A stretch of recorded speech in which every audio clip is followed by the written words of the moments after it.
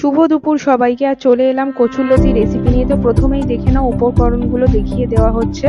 তো কচুরলতি অনেকে অনেক রকম ভাবে খেয়েছো, একবার এরকম ভাবে বানিয়ে দেখতে পারো। প্রথমেই দেখো কড়াইতে 2 চামচ সরষের তেল দিয়ে তাতে কচুরলতিগুলো ভালো করে কেটে পরিষ্কার করে ধুয়ে সেগুলোকে 5 থেকে 10 মিনিট একটু সেদ্ধ করে ভাপিয়ে নিয়ে একটুখানি ভেজে নেওয়া হচ্ছে, যাতে কচুরলতিগুলো একদম গলে না যায়। এবার কড়াইতে আলাদা করে আবার 2 চামচ তেল দিয়ে 2 চামচ সরষের তেল দিয়ে তাতে সরষে ফোড়ন দিয়ে, কালো সরষে ফোড়ন দিয়ে ভালো করে একটু ভাজা ভাজা হয়ে আসলেই তাতে দিয়ে দিতে হবে একটা পেস্ট। সেই পেস্টটা হচ্ছে পেঁয়াজ, আদা, রসুন এবং কাঁচা লঙ্কা মিলিয়ে একটা পেস্ট করে রাখা হয়েছিল, সেটা দিয়ে দিতে হবে। এবার সেই পেস্টটার একটু কাঁচা গন্ধ কেটে গিয়ে একটু ভাজা ভাজা হয়ে সুন্দর গন্ধ ছাড়তে শুরু হলে, একটু এইরকম শুকিয়ে শুকিয়ে গেলে তার মধ্যে দিয়ে দিতে হবে কয়েকটা মশলা।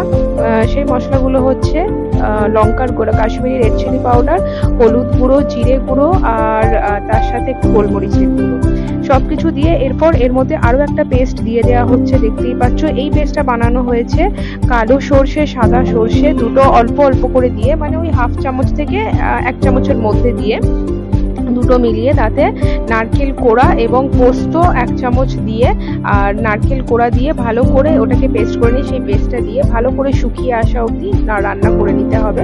এরপর শুকিয়ে আসলে একটু ভাজা পেঁয়াজ বা বেরেস্তা দিয়ে ভালো করে একটুখানি নেড়ে নিয়ে তার মধ্যে কচুরলতিগুলো দিয়ে দিতে হবে।